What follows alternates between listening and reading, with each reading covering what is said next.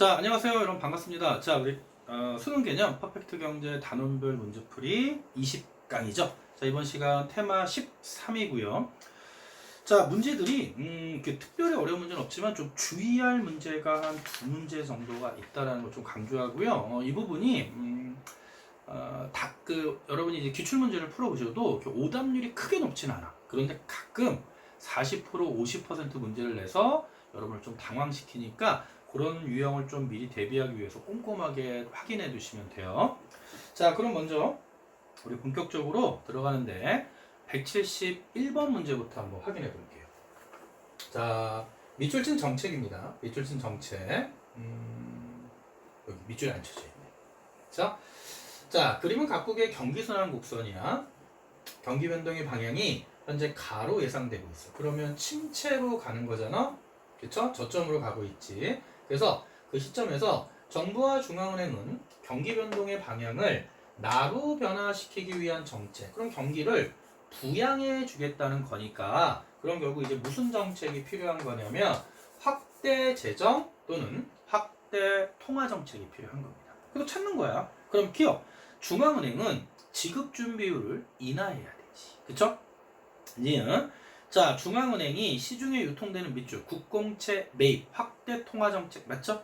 자, 디귿, 정부가 도로 및 항만에 대한 건설 투자를 확대해야 돼. 경기 부양이 되려면 정부 지출을 늘려야 되고 공공사업을 확장해야 되겠죠? 그래서 축소가 아니라 확대. 리을. 자, 정부가 기업의 투자에 대한 세금 감면 혜택을 확대한다. 맞지? 자, 기업의 투자에 대한 세금 감면을 확대하면 기업의 입장에서 그만큼 투자를 늘릴 여력이 증가할 거 아니야? 투자 증대, 그럼 총수요 증대, 총수요 곡선 우측 이동. 그쵸? 그러면 경기가 어느 정도 호전되겠지. 그래서 일단 171번은 단순한 문제야. 근데 이 정도만 확인하시면 되고, 그래서 이런 유형의 문제가 있었다 라는 것만 확인하면 됩니다. 결국 이거지. 확대 통화 정책에 해당하는 거. 그걸 확인하시면 되고. 자, 172번 문제입니다.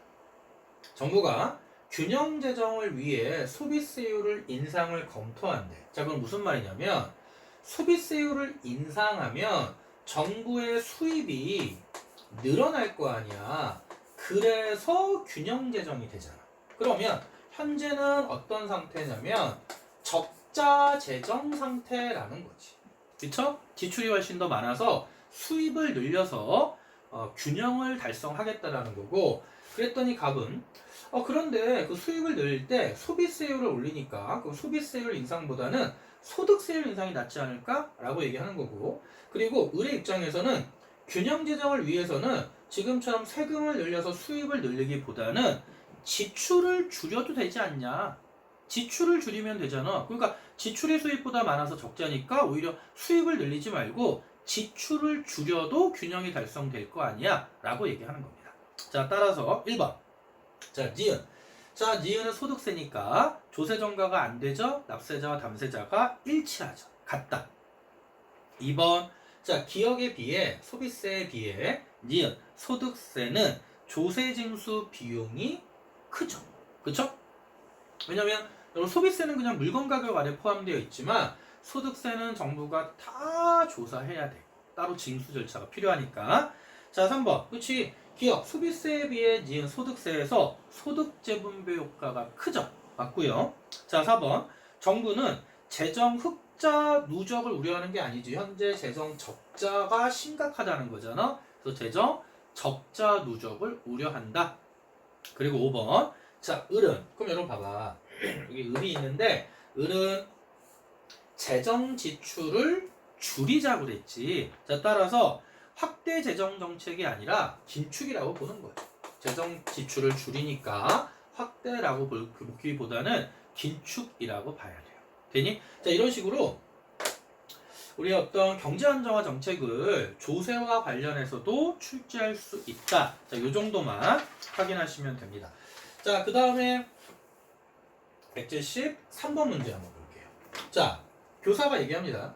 최근에 A국의 경제 상황은 경기 침체와 물가의 고공행진 지속으로 요약할 수 있대. 그럼 이거 뭡니까? 경기 침체와 인플레이션이니까 스태그플레이션, 즉 비용 인상 인플레이션이 되겠지? 그럼 1번 갑 경기가 확장 국면에 있다. 틀린 거지. 여러분 일반적으로 경기가 확장 국면에 있으려면 총수요가 증가하는 상황이 나와야 돼. 2번 고용 상황은 악화되겠지. 왜냐면 경기 침체니까. 자 3번 자 총수요 증가로 인한 물가 상승이 아니라 스태그플레이션이어서 총공급 감소로 인한 물가 상승 현상이죠. 4번 자 물가가 상승함으로 인해서 투자가 증가하고 재고가 감소할 것이다. 아니잖아. 왜냐면 경기 침체라고 얘기를 했기 때문에 물가가 상승하면서 투자는 감소할 거고 재고는 증가한다고 보는 게 맞는 거지. 그리고 자 스태그플레이션은 거의 이제 암기해야 돼. 대책은 총공급 증가야. 그래서 기업의 생산성 향상을 통한 총공급 증가가 필요하다. 정답. 돼요? 오케이. 자 이렇게 해서 173번까지 정리가 됐고요. 자 그 다음에 우리 174번 문제 갑니다. 자 여러분 이게 전형적인 수능 유형 문제야. 자 사회자가 현재 경제 상황 대체 뭡니까? 그랬더니 갑은 지급 준비율을 인하하지. 그럼 갑이 지급 준비율을 인하하자는 얘기는 갑의 정책은 확대 정책이고요. 주체가 중앙은행이 되니까 확대 금융 또는 확대 통화 정책이 되는 거고, 이에 반해 을은 소득세율을 인하할 필요가 있다. 그럼 소비가 늘어나서 경기가 살아날 거야. 그럼 이거는 마찬가지로 확대 정책은 맞는데 주체가 정부니까 확대 재정이 됩니다. 그럼 결론은 뭐냐면 갑도 현재 경제 상황을 침체라고 보고 있는 거고요. 을도 현재 경제 상황을 침체라고 보고 있는 거지. 그치? 그럼 1번 갑의 대책은 물가 상승의 원인이 됩니다. 요인이 됩니다. 여러분 생각해봐. 확대 금융 정책을 시행하건 확대 재정 정책을 시행하건 간에 자 일단 우하향하는 총수요, 자 우상향하는 총공급이 있어서 현재 경제 상황이 뭡니까 물어봤더니 둘 다 경기 침체라고 규정했잖아. 그럼 둘 다 확대니까 총수요가 증가하고요. 총수요가 증가하면 실질 GDP가 증가하면서 생산이 늘어서 고용 상황이 개선되고 경기가 살아나겠지. 하지만 무슨 부작용이 있냐면 물가가 상승한다는 부작용이 있는 거야. 그래서 1번에 물가 상승의 요인이 될 수 있다. 딩동. 맞아. 2번. 자, 갑은 현재 경기가 과열이 아니라 침체라고 보고 있는 거고. 3번. 갑은 총수요 증가지. 틀렸고요.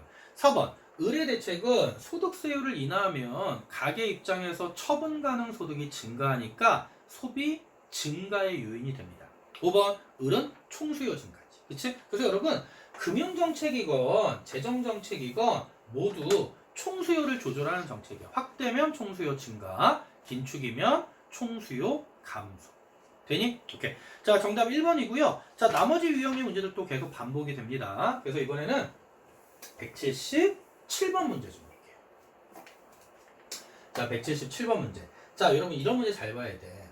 지금 보니까 자, 그림은 생산지수, 수출액 등등등등 주요 경제 지표들이 경기순환의 네 국면 중. 그럼 여러분 경기순환의 네 국면은 상승, 정점, 후퇴, 그 다음에 수축, 저점, 회복이잖아.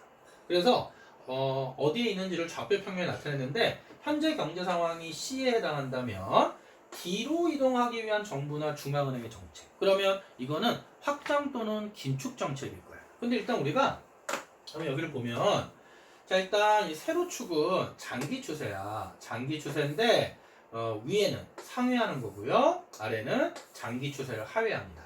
그 다음에 가로축은 우축은 전기 대비 증가고요. 이쪽은 전기 대비 감소야. 자 그러면 우리 개념 수업할 때 장기 추세선이 이렇게 있으면 경기 순환의 네 국면은 보통 이렇게 바뀌었잖아. 그치? 그래서 요게 정점이면 여기가 정점이면 정점을 기준으로 좌측은 장기 추세선 위에 상승 국면이 있는 거고요. 정점 오른쪽 장기 추세선 위에 자 후퇴 국면이 있는 거고 장기 추세선 아래에서 저점 이전에 자 수축 국면 또는 침체 국면이 있는 거고 저점을 찍고 장기 추세선 아래에 자 회복 국면이 있는 거지. 그래서 일단 상승 국면과 후퇴 국면은 장기 추세선 위에 있는 거고 자 수축과 회복기는 장기 추세선 아래에 있는 거야. 그러면 이 장기 추세선 아래에 있는 거는 수축과 회복이고 장기 추세선 위에 있는 거는 상승과 후퇴겠지. 그런데 C는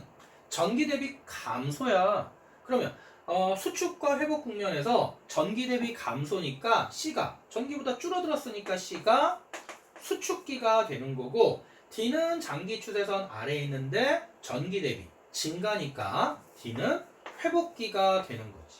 그럼 똑같이 적용하면 여러분 A는 뭐가 되겠어? 장기 추세선 위에 있으면서 전기 대비 증가하니까 상승 국면이 되는 거고요. 그럼 B는 무슨 국면이 되겠어? 후퇴 국면이 되는 거지. 요거 잡으라는 거. 요 문제 좋은 문제. 자, 따라서 우리는 수축에서 회복기로 이동시키기 위한 정부 또는 중앙은행의 정책이니까 무슨 정책 찾으면 되는 거예요? 확대 재정 정책 또는 확대 통화 정책을 찾으면 되는 거지. 자, 문제 접근하는 법 알겠지? 그러면 기업 정부는 재정 지출을 늘려야 된다. 확대 재정. 니은 정부는 법인세율을 인하해야 되지. 디귿 중앙은행은 국공채를 매입한다. 확대 통화 맞고요. 리을 중앙은행은 기준금리를 인하해야 되지. 되죠? 오케이. 자, 177번 문제 유형 좀 정확하게 파악해 두시면 됩니다. 자, 그럼 이제 우리 오늘 이제 마지막 문제로 179번 문제 한번 정리해 볼게. 자, 최근에 대외 불확실성이 증폭되면서 각국 경제에 대한 우려. 이에 각국 정부는 경제 성장률 전망치를 낮췄어. 앞으로 좀 경제가 안 좋아질 것 같아서 그리고 물가 전망치를 올렸습니다. 또한 각국 정부는 정책의 최우선 과제를 물가 안정에 두기로 선언한 한편 대외 위험 확대로 거시정책 운영의 입지가 좋아지고 있음을 시인하였다. 그런데 이에 A는 시중금리 인하를 주장하고요. 그쵸? 이에 B는 공공사업 규모 축소를 주장하고요. C는 유럽 대전 위기 확대가 외국 자본의 급격한 유출로 이어질 수 있으니까 그렇게 되지 않도록 관리해야 한다고 주장하는 상황이야. 되니? 자, 그럼 기업부터 볼게. 자, 각국 정부는 대규모 확장 통화 정책. 여러분, 각국 정부는 최우선 과제를 물가 안정에 두기로 했으니까 긴축을 하겠지. 물가가 상승하면. 그래서 대규모 확장 통화 정책은 틀린 거야. 만약에 대규모 확장 통화 정책이 되려면 정책의 최우선 과제를 경기 부양해 둔다라는 표현이 나와야 돼. 틀렸고요. 니은 A는 경제 성장률 하락을 우려한다. 여러분 봐봐. A는 시중금리를 낮출 필요는 기준 금리 인하를 유도해야 되잖아. 여러분 금리 인하는 확대 통화 정책이잖아. 그치? 그럼 확대 통화 정책을 하는 이유는 뭐야? 현재 경제 성장률 하락이 문제라고 보는 거지. 경제 성장률 전망치가 낮아지는 게 문제다. 그래서 경기 부양책을 써야 돼라는 거죠. 그래서 니은은 맞고요. 디귿 B는 자, B는 공공사업 규모 축소란 얘기는 정부 지출을 줄이는 거니까 긴축 재정이지. 그래서 디귿이 맞는 겁니다. 자, 리을. 자, C의 우려대로 만약에 외국 자본이 유출되면 자, 볼까? 자, 외국 자본의 급격한 유출이 이루어지면 그럼 결국 외환 시장에서는 어떤 변화가 생기냐면 외국 자본의 급격한 유출은 결국 외화 유출이니까 외화 수요가 증가하는 거고 환율이 상승하겠지. 그치? 자, 따라서 각국 통화 가치는 환율이 상승하면 달러 대비 외화 대비 각국 통화 가치는 하락하는 거야. 근데 거기 상승한다 그러니까 틀린 거죠. 그러니까 이런 식으로 여러분 경제 안정화 정책은 우리 교재에 나와 있는 문제들은 개념을 확인하는 정도의 수준이다 이렇게 보시면 되고요. 자, 실제로 이 정도로 출제가 되는데 가끔 고난도 문제가 출제가 됩니다. 그런 건 나중에 기출 통해서 분석하시면 돼. 그래서 여러분 기출 플러스 강의가 지금 거의 이제 교역 파트까지 어느 정도 촬영이 됐고요. 계속 진행이 되고 있으니까 기출 강의, 기출 6개념 평가원 문제들은 모두 꼼꼼하게 분석을 하셔야 돼요. 알겠죠? 자, 여러분 오늘 준비한 내용 여기까지였고요. 이제 다음 시간부터는 교역 이론 들어갑니다. 알겠죠? 자, 여러분 수고하셨고, 자, 힘내세요. 항상 응원합니다.